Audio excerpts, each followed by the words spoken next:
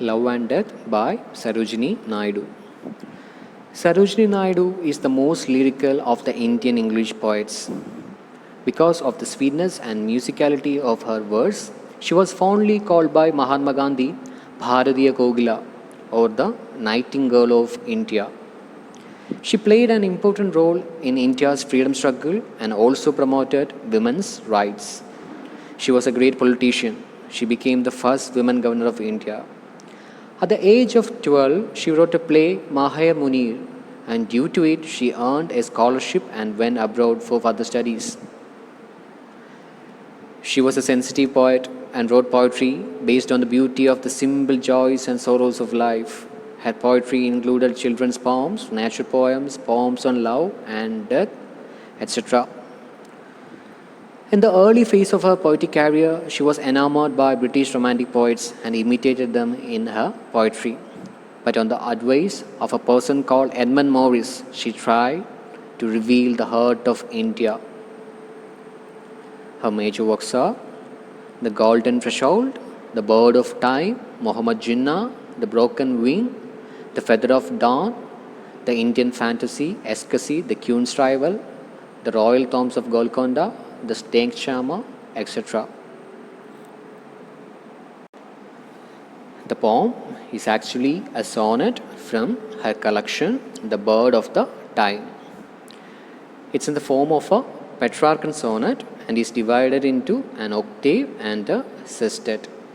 The octave depicts the romantic ideal of love, and the sestet reveals the hard reality that nothing could conquer death, even love, platonic love.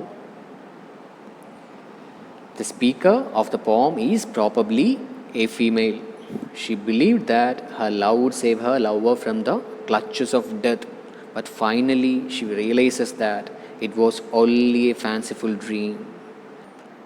ഈ ഒരു പോയത്തിൻ്റെ കോറെന്ന് വെച്ചാൽ speaker believes that she could save her below from the clutches of death.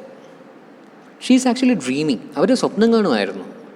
അവർക്ക് തൻ്റെ കാമുകനാണോ ഭർത്താവാണെന്നൊന്നും പറയുന്നില്ല, എന്തായാലും അദ്ദേഹത്തോടുള്ള പ്രണയം വളരെ പവർഫുള്ളാണെന്നും ആ പരിശുദ്ധവും പരിപൂർണവുമായിട്ടുള്ള സ്നേഹം അദ്ദേഹത്തെ മരണത്തിൽ നിന്ന് പോലും രക്ഷിക്കും എന്നവർ ആ സ്വപ്നത്തിൽ വിചാരിക്കുകയാണ്.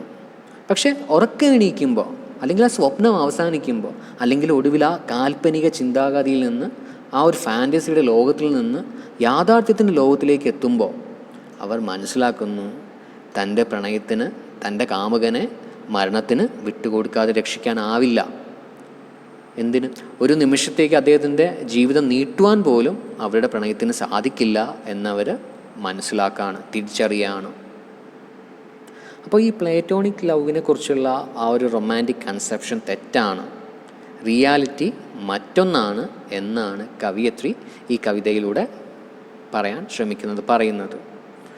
The poem is a realistic deconstruction of the romantic notion of love. It's modern in spirit in that it refutes the ideal represented by Savitri. The tale of Satyavan and Savitri is recited in the Mahabharata as a story of conjugal love conquering death. Savitri manages to win back the life of her dead husband Satyavan. നിങ്ങൾ കേട്ടുള്ള കഥ തന്നെ ആവും സത്യവാൻ്റെയും സാവിത്രിയുടെയും കഥ. ചിലപ്പോൾ ചെറിയ ക്ലാസ്സിൽ പഠിച്ചിട്ടുണ്ടാവും, ഇല്ലെങ്കിൽ ആരെങ്കിലുമൊക്കെ പറഞ്ഞു തന്നിട്ടുണ്ടാവും കുഞ്ഞായിരിക്കുമ്പോൾ. പിന്നെ ഫിലിം വേർഷൻസ് ഉണ്ട്. സാവിത്രി ഒരു രാജകുമാരിയായിരുന്നു. കല്യാണപ്രായമാവുമ്പോൾ പിതാവ് അശ്വപതി അവരോട് ഇഷ്ടമുള്ള വരനെ തിരഞ്ഞെടുക്കാൻ പറയുകയാണ്. സാവിത്രി പക്ഷെ തിരഞ്ഞെടുക്കുന്നത് സത്യവാനെയാണ്. സത്യവാൻ എന്ന് പറയുമ്പോൾ ദ്യുമസേനൻ എന്ന് പറയുന്ന അന്ധനായ രാജാവിൻ്റെ മകനാണ്. അവർക്കിപ്പോൾ രാജ്യമൊന്നുമില്ല, എല്ലാം നഷ്ടപ്പെട്ട് കാട്ടിലാണ് താമസം. പക്ഷേ എന്തായാലും സാവിത്രി സത്യവാനെ വിവാഹം കഴിക്കാൻ തീരുമാനിക്കുന്നു. അധികമാർക്കും എതിർപ്പൊന്നുമില്ല, അച്ഛനും എല്ലാം സന്തോഷമാണ്. പക്ഷെ അപ്പോൾ ഉണ്ട്, കല്യാണമൊക്കെ ഏകദേശം ആയപ്പോൾ നാരദർ പ്രത്യക്ഷപ്പെടാണ്. അദ്ദേഹം പ്രത്യക്ഷപ്പെട്ടിട്ട് അശ്വപതിയോടും സാവിത്രിയോടും പറയുന്നു, ഈ വിവാഹം നടക്കാൻ പാടില്ല. അവർ കാരണം ചോദിക്കുന്നു. നാരദർ പറയാണ്, സത്യവാന് ഇനി 1 വർഷം കൂടി മാത്രമേ ജീവിതം ബാക്കിയുള്ളൂ. 1 വർഷം കഴിയുമ്പോൾ സത്യവാൻ മരിച്ചു പോകും. ഇത് കേൾക്കുമ്പോൾ എല്ലാവർക്കും, പ്രത്യേകിച്ച് അശോപതിക്കും ഭാര്യ മാളവികയ്ക്കും എല്ലാം സങ്കടമാവുന്നു, ഇത് എതിർക്കുന്നു. പക്ഷേ സത്യവതി എല്ലാ എതിർപ്പുകളെയും അവഗണിച്ചിട്ട് സത്യവാനെ തന്നെ വിവാഹം കഴിക്കാനായിട്ട് തീരുമാനിക്കുകയാണ്. അവരുടെ വിവാഹം കഴിയുന്നു. കല്യാണം കഴിഞ്ഞു. നാരദർ വീണ്ടും പ്രത്യക്ഷപ്പെടാണ്. ഏകദേശം ഒരു വർഷം കഴിയാറായിരിക്കുന്നു. ഇനിയിപ്പോൾ 3 ദിവസം മാത്രമേ ബാക്കിയുള്ളൂ. അപ്പോൾ നാരദർ പ്രത്യക്ഷപ്പെട്ടത് പറയുന്നു, ഇനി ഒരു 3 ദിവസം കൂടി, അത് കഴിയുമ്പോൾ സത്യവാൻ എന്താണ്, മരിച്ചു പോകും. സാവിത്രി ഭയങ്കരമായിട്ട് പ്രാർത്ഥനയിലൊക്കെ മുഴുകുന്നു, തപസ്സിലുമെല്ലാം ആണ്. 3-ാം ദിവസം മരം വെട്ടാനായിട്ട് നമ്മുടെ സത്യവാൻ കാട്ടിലേക്ക് പോകുന്നു. കൂടെ സാവിത്രിയും പോകുന്നുണ്ട്. മരം വെട്ടുന്നതിൻ്റെ ഇടയിൽ സത്യവാൻ തളർന്നു വീണ് മരിക്കുകയാണ്. സാവിത്രി അടുത്തുണ്ട്. സാവിത്രി ഭയങ്കരമായിട്ട് കരയുന്നു, നിലവിളിച്ച് കരയുന്നു. അപ്പോൾ യമദേവൻ പ്രത്യക്ഷപ്പെടാണ്. യമനോട് തൻ്റെ ഭർത്താവിനെ വിട്ടുതരണമെന്ന് സാവിത്രി അപേക്ഷിക്കുന്നു. താൻ പരിവൃതയാണ്, തപശക്തി ഉള്ളവളാണ് എന്നൊക്കെ പറയുകയാണ് യമനോട്. പക്ഷേ യമദേവൻ വഴങ്ങുന്നില്ല. ഒരിക്കൽ മരിച്ചു കഴിഞ്ഞാൽ എന്താണ്, തിരികെ ജീവിതം കൊടുക്കാൻ പറ്റില്ല എന്നെല്ലാം പറയാണ്.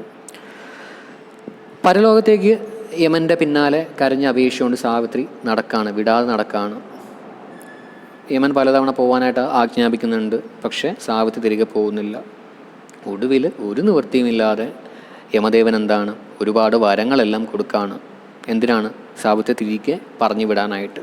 പക്ഷെ എന്നിട്ടും ഭർത്താവിൻ്റെ ജീവിതം തിരികെ കിട്ടാതെ താൻ തിരിച്ചു പോകില്ല എന്ന് സാവിത്രി വാശി പിടിക്കുന്നു. ഒടുവിൽ സാവിത്രിയുടെ ജ്ഞാനത്തിനും ബുദ്ധി സാമർഥ്യത്തിനും പിന്നെ ഭർത്താവിനുള്ള സ്നേഹത്തിന് എല്ലാം മുന്നിൽ യമദേവൻ തോൽക്കാണ്. സത്യവാൻ്റെ ജീവിതം യമൻ തിരിച്ചു നൽകുന്നു. നിങ്ങൾ യഥാർത്ഥ കഥ എന്തായാലും ഒന്ന് വായിച്ചു നോക്കാം കേട്ടോ. അത് ഇൻ്റർനെറ്റിലെല്ലാം ഉണ്ട്. അപ്പം ഞാൻ പറഞ്ഞ ജസ്റ്റ് സമ്മറി പോലെയാണ്. പിന്നെ അത് കൂടാതെ മലയാളത്തിൽ ഒരു ഫിലിം വേർഷൻ ഉണ്ട്. KG വിശ്വംഭരൻ ഡയറക്റ്റ് ചെയ്ത, കമൽഹാസനും ശ്രീദേവിയും എല്ലാം അഭിനയിച്ച ഒരു പഴയ പടമാണ്. സത്യവാൻ സാവിത്രി തന്നെയാണ് ഫിലിമിൻ്റെ പേര്. അപ്പോൾ നിങ്ങൾക്ക് കുറച്ചും കൂടി അത് കഥ മനസ്സിലാവാനായിട്ട് ഞാൻ ചെറിയൊരു ക്ലിപ്പിംഗ്, അത് ക്ലൈമാക്സ് സീനിൽ കുറച്ച് എഡിറ്റ് ചെയ്ത് ഞാൻ ഇതുണ്ട്. അപ്പോൾ നിങ്ങൾ അതും കൂടി ഒന്ന് കണ്ടു നോക്കുക.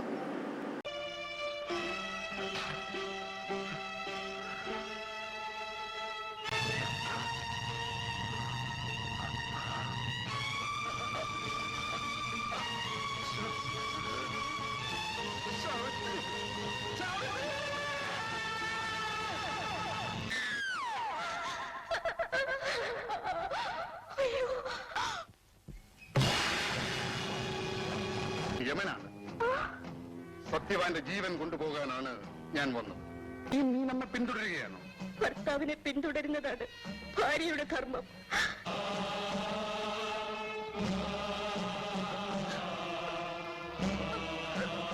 കുമാരി, ഇനിയും നിനക്ക് വരാൻ പാടില്ല.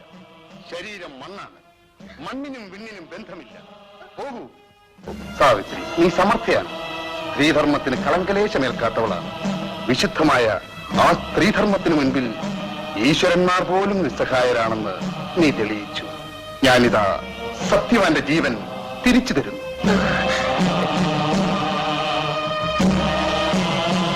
ദീർഘസുമംഗലീ ഭവ.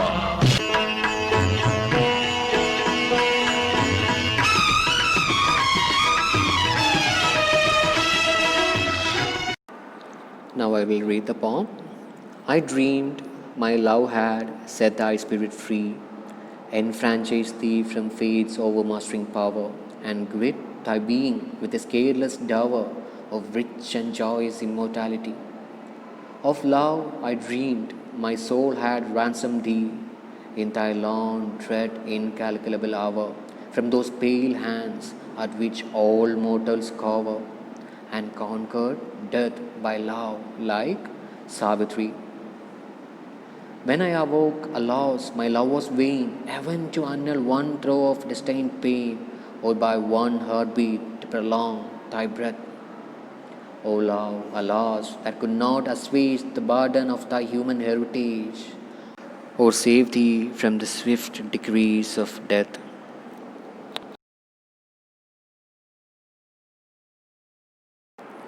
I dreamed my love had set thy spirit free.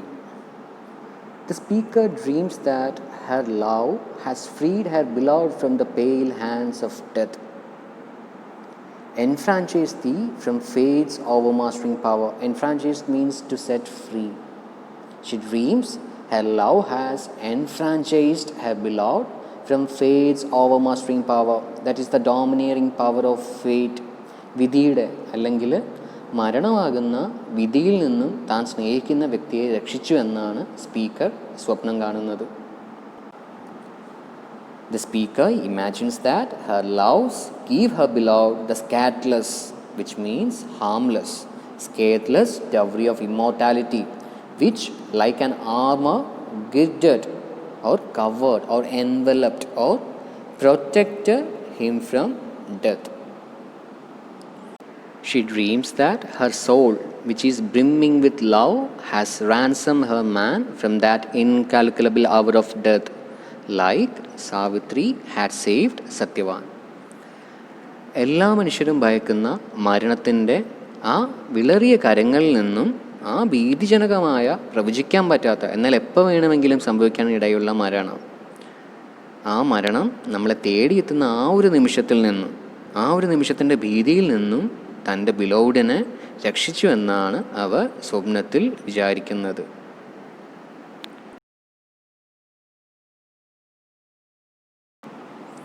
Dream over, the poet wakes up to the harsh reality. ഉറക്കമുണരുമ്പോൾ അവർക്ക് മനസ്സിലാവുന്നു, her love has been unable to annul even one throe of destined pain or to prolong her love was spread by one heartbeat. മരണവേദന ഒരു തരി പോലും കുറയ്ക്കാനോ ഒരു നിമിഷത്തേക്ക് ജീവിതദൈർഘ്യം കൂട്ടാനോ ഒന്നും തന്നെ അവരുടെ പ്രണയത്തിന് സാധിച്ചില്ല എന്ന് അവർ തിരിച്ചറിയുകയാണ്. She could not assuage the burden of human heritage, that is death, or save him from his fate. മനുഷ്യന് പരമ്പരാഗതമായി കിട്ടിയ ഒരു ബർഡൻ അല്ലെങ്കിൽ ഒരു മാറാപ്പായിട്ട് മരണത്തെ കമ്പയർ ചെയ്യുകയാണ്. ആ ഒരു മാറാപ്പിൻ്റെ ഭാരം അല്പമൊന്ന് കുറയ്ക്കാൻ പോലും അവരുടെ സ്നേഹത്തിന് കഴിഞ്ഞില്ലല്ലോ എന്ന് ഓർത്തവർ സങ്കടപ്പെടുന്നു. വിധിയുടെ കൽപ്പന അയാൾ മരിച്ചേ തീരുമെന്നാണ്. ആ ഒരു കൽപ്പനയിൽ നിന്ന് അയാളെ രക്ഷിക്കാൻ അവരുടെ പ്രണയത്തിന് സാധിച്ചില്ല എന്നവർ വീണ്ടും ദുഃഖത്തോടെ ആവർത്തിക്കുന്നു.